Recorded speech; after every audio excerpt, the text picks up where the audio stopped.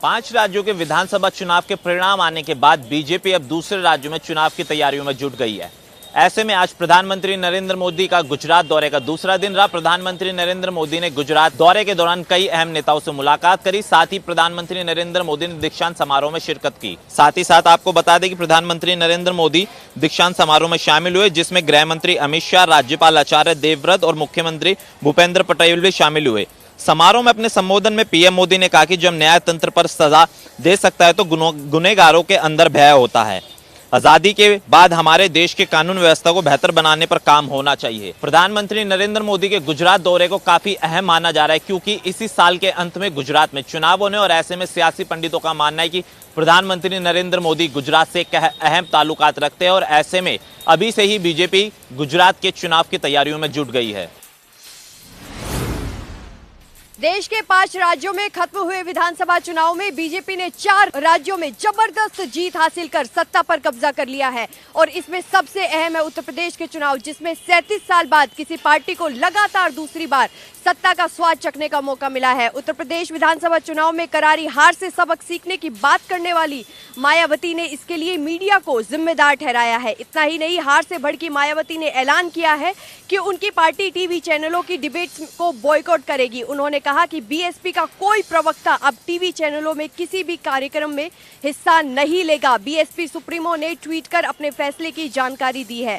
तो वहीं शिवसेना ने अपने मुखपत्र सामना में लेख लिखकर मायावती पर कटाक्ष किया है और कहा है कि बाघिन की तरह घूमने वाली मायावती केंद्रीय जांच एजेंसियों के डर से चुनाव से भाग खड़ी हुई। आय से अधिक संपत्ति के मामले में केंद्रीय जांच एजेंसियों का दबाव लाकर मायावती को चुनाव से दूर रहने के लिए मजबूर किया गया।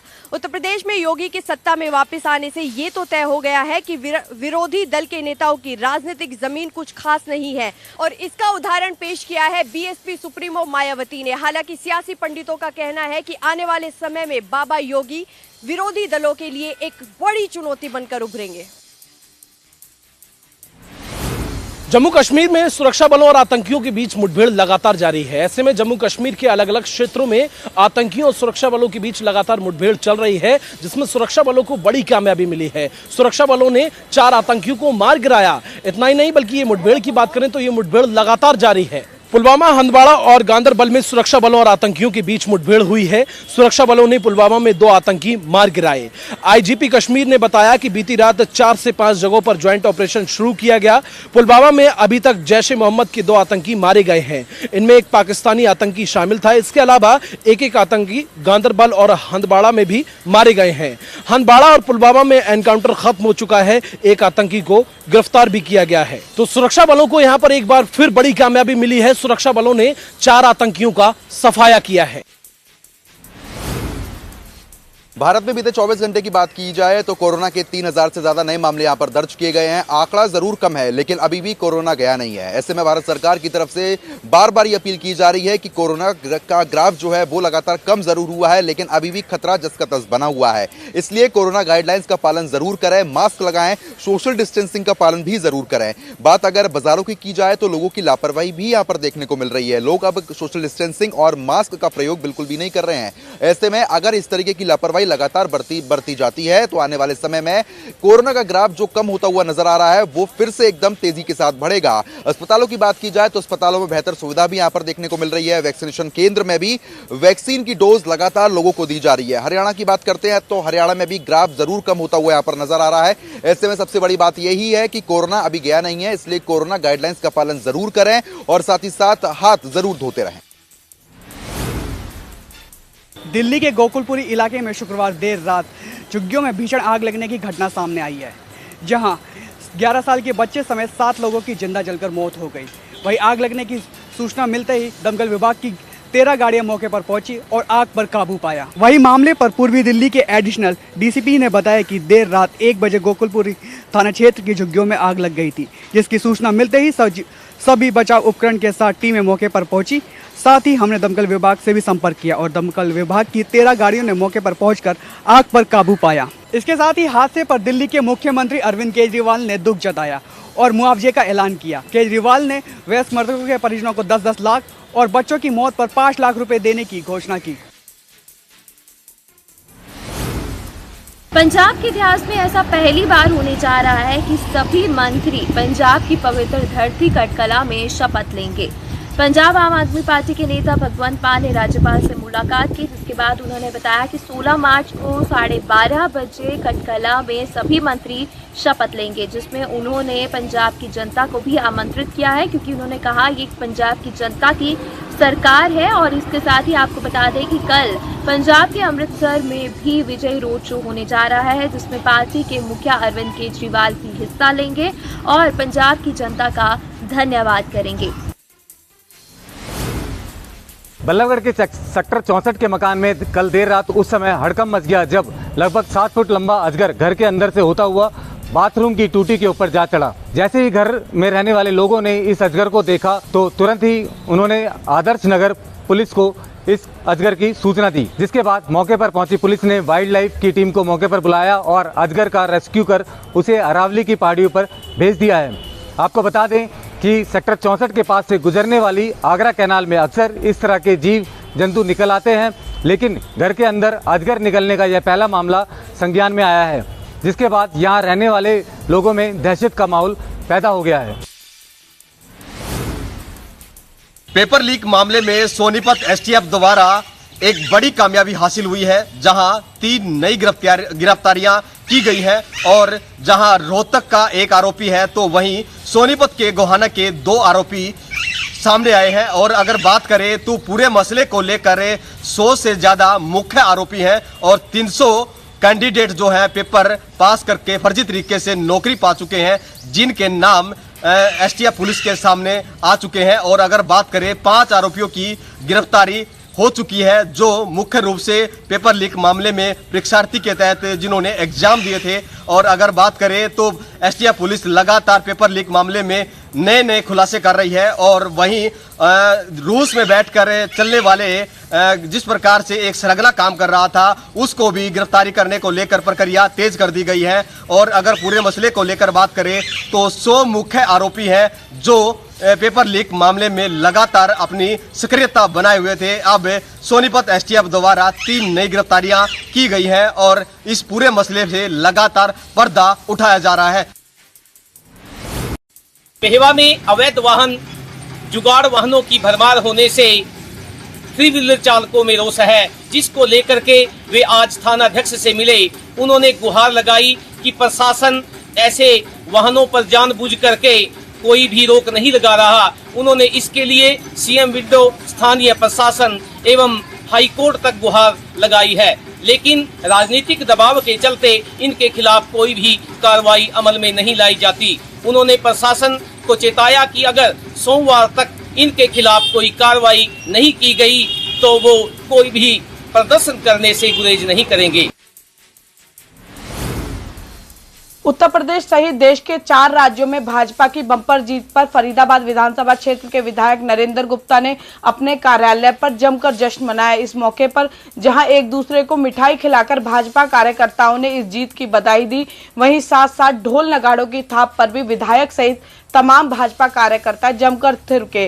भाजपा कार्यकर्ताओं में उत्साह देखते ही बन रहा था। इस मौके पर विधायक नरेंद्र गुप्ता ने कहा कि एक बार फिर मोदी और योगी की जोड़ी पर देश की जनता ने मुहर लगाई है और साथ ही साथ उन्होंने जनता का आभार भी व्यक्त किया कि उन्होंने भाजपा की नीतियों में अपना विश्वास कायम किया। साथ ही साथ विपक्ष को लेकर भी विधायक नरेंद्र गुप्ता जमकर मुखर हुए और उन्होंने कहा कि उत्तर प्रदेश की ही यदि बात की जाए तो परिवारवाद और माफिया राज की राजनीति को अब जनता ने अलविदा कह दिया है। साथ ही साथ उन्होंने कहा कि भाजपा की विकास की नीति और सबका साथ सबका विकास के नारे पर जनता ने मुहर लगाई है और जिस तरह से 4 राज्यों में भाजपा ने बम्पर जीत हासिल की है, ये सिलसिला अनवरत आगे भी अन्य राज्यों में जारी रहेगा। करनाल में कल भ्रष्टाचार अधिकारी को पकड़ा गया था। जो भ्रष्टाचार अधिकारी था डीडीपी जो था करनाल का विक्रम सिंह को गिरफ्तार किया गया था। 5 लाख के साथ रेड हैंडेड पकड़ा गया। उसके साथ उसके ड्राइवर को भी 5000 के साथ पकड़ा गया था। देर रात उसका मेडिकल करवाया गया और आज उसको कोर्ट में पेश किया गया। कोर्ट में पेश करने के बाद पुलिस ने स्टेट विजिलेंस जो कि इंस्पेक्टर थे उन्होंने 5 दिन का रिमांड मांगा था, लेकिन कोर्ट ने उसका 3 दिन का दोनों का रिमांड दिया। इसके साथ कर कहीं ना कहीं देखा जाए तो इस पूरे मामले में कई बड़े खुलासे होने की उम्मीद है जो इंस्पेक्टर सचिन बता रहे हैं। उसके साथ सबसे बड़ी बात है कि उस शख्स के 12 ऐसे डॉक्यूमेंट्स मिले हैं जो उनके अलग अलग जगह पे प्लाट हैं और एक फ्लैट के कागज मिले हैं। अलग अलग तरीके से म्यूचुअल फंड या तमाम ऐसी जो LIC की पॉलिसी है या तमाम ऐसे दस्तावेज भी मिले हैं। वहीं करनाल में कल से ही एक अफवाह थी कि उससे 2.5 करोड़ रुपए भी बरामद हुए हैं, लेकिन फिलहाल पुलिस का यही कहना है, विजिलेंस टीम का यही कहना है कि 78 लाख से ऊपर की राशि मिल चुकी है। जो सचिन कुमार थे, जनता टीवी के साथ जुड़े थे, उन्होंने बताया कि अलग अलग जो रिश्वत के पैसे लिए गए थे, अलग अलग पैकेट में पड़े हुए थे, उनको भी हमने रिकवर किया है और इसके साथ पूरे हरियाणा में इसकी जांच की जाएगी। जहां जहां इसके ठिकाने हैं वहां पर जांच की जाएगी। और उसके साथ सबसे बड़ी बात जो जनता टीवी पर खुलासा किया है, जो सचिन कुमार है जो इंस्पेक्टर, उनका यही कहना था कि इनकी जो वाइफ है वो भी एक अधिकारी है और उनके नाम पे भी कई जगह पे प्रॉपर्टी है, बच्चे के नाम भी प्रॉपर्टी है, कई जगह पर कृषि भूमि है। इन सभी चीज़ों की जांच करनी है। अब देखने वाली बात तो यह है कि करनाल में जहां लोग पिछले कई सालों से, जब से ये यहाँ आए थे, परेशान चल रहे थे, तभी इसने यहाँ किसी ने जिला सचिवालय में, किसी ने विजिलेंस के ऑफिस में जाकर जरूर लड्डू और बर्फियां बांटी थी। अब देखना ये होगा कि CM सिटी में इस मामले की परतें उठने के बाद कौन कौन इसमें शामिल था, क्या विजिलेंस टीम आगे खुलासा करती है। इस वक्त हम मौजूद हैं ITI शाहपुर में, जहां आज मुख्यमंत्री द्वारा जो है पहला जो ड्रोन प्रशिक्षण स्कूल है उसका जो है आज शुभारंभ किया गया है। अभी कुछ देर पहले ही मुख्यमंत्री जयराम ठाकुर जो है शाहपुर ITI में पहुंचे थे और उन्होंने पहला जो हिमाचल प्रदेश का पहला ड्रोन ट्रेनिंग हब है उसका जो शुभारंभ है वो आज किया है। और इससे पहले जो मुख्यमंत्री का काफिला जब चंबी पहुंचा था तो भाजपा कार्यकर्ताओं द्वारा भी काफी गर्मजोशी के साथ जो है उनका स्वागत किया गया था। ढोल नगाड़ों की थाप पे जो मुख्यमंत्री का है स्वागत किया गया था। उसके उपरांत वे दरगेला पहुंचे, जहां पर निजी बस ऑपरेटर यूनियन के जो सदस्य थे उन्होंने भी मुख्यमंत्री का वहां पे काफी गर्मजोशी के साथ स्वागत किया। उसके उपरांत जो है वो मुख्यमंत्री जो है यहाँ शाहपुर ITI में पहुंचे हैं और यहाँ पर पहला प्रशिक्षण ड्रोन प्रशिक्षण जो केंद्र है उसका जो है मुख्यमंत्री द्वारा जो है शुभारंभ किया गया है। लोहारू खजाना अधिकारी के साथ कार्यालय में घुसकर मारपीट के मामले में पुलिस ने मामला दर्ज करके जांच शुरू कर दी है। वहीं सर्व कर्मचारी संघ के पदाधिकारियों ने कर्मचारियों के साथ उपमंडल अधिकारी के कार्यालय के समक्ष धरना देकर शीघ्र आरोपियों की गिरफ्तारी की मांग की है। अगर जल्दी आरोपियों को गिरफ्तार नहीं किया गया तो बड़े आंदोलन की चेतावनी दी है।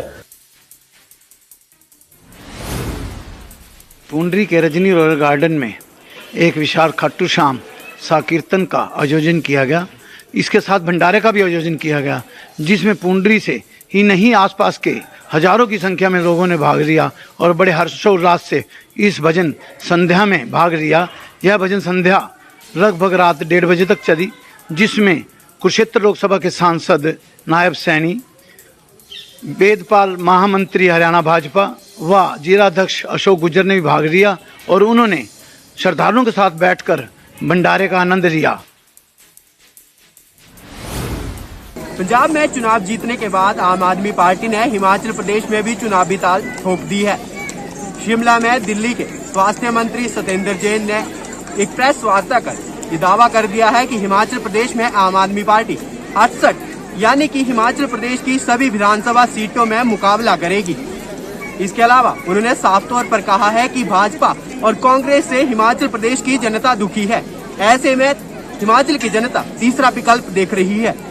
इसी के साथ उन्होंने साफ तौर पर कहा है कि कांग्रेस और भाजपा के कई नेता आम आदमी पार्टी के संपर्क में है और जल्दी कई बड़े दिग्गज नेता आम आदमी पार्टी को ज्वाइन कर लेंगे। इसके साथ ही उन्होंने साफ तौर पर कहा है कि नगर निगम शिमला के जो चुनाव है उनमें भी आम आदमी पार्टी अपने उम्मीदवार उतारेगी। भिवानी नगर पालिका को लेकर के सेक्टर 23 की महिलाओं ने जोरदार प्रदर्शन किया। उनका कहना था कि नगर पालिका में हो रहे भ्रष्टाचार के कारण शहर का विकास रुक गया, शहर की सड़कें जो है प्रॉपर तरीके से नहीं बन पाई। उन्होंने कई प्रकार के आरोप लगाए और कहा कि पार्कों का विकास भी भ्रष्टाचार के कारण नहीं हो पाया। उन्होंने कहा कि इस मामले की पूर्ण जांच होनी चाहिए और पूर्ण रूप से विकास भी करवाया जाना चाहिए ताकि भिवानी शहर के हालात सुधर सके। एक ऐसे फूल जिन्हें कोरोना तक की महामारी से बचा जा सकता है। ये एक ऐसे फूल होते हैं जिन्हें बुरांस के फूल के नाम से जाना जाता है। ये सिर्फ हिमाचल प्रदेश में ही मिलते हैं और कड़ी मशक्कत के बाद ऊंचाई वाले क्षेत्रों में इन फूलों को पाया जाता है और कड़ी मेहनत के बाद इन फूलों को तोड़ा जाता है। जैसा कि इन फूलों के बारे में हमने बात भी की, दुकानदार से भी बात की, काफ़ी गुणकारी ये फूल माने जाते हैं, काफ़ी ठंडी राहत देने वाले ये फूल होते हैं और ये सिर्फ 1.5-2 महीने तक ही बिकने के लिए आते हैं। तकरीबन 100 से 80 रुपए इनका रेट रखा जाता है और ये फूल इतने ज़्यादा गुणकारी और लाभदायक होते हैं, इनसे कोरोना की महामारी तक से भी बचा जा सकता है।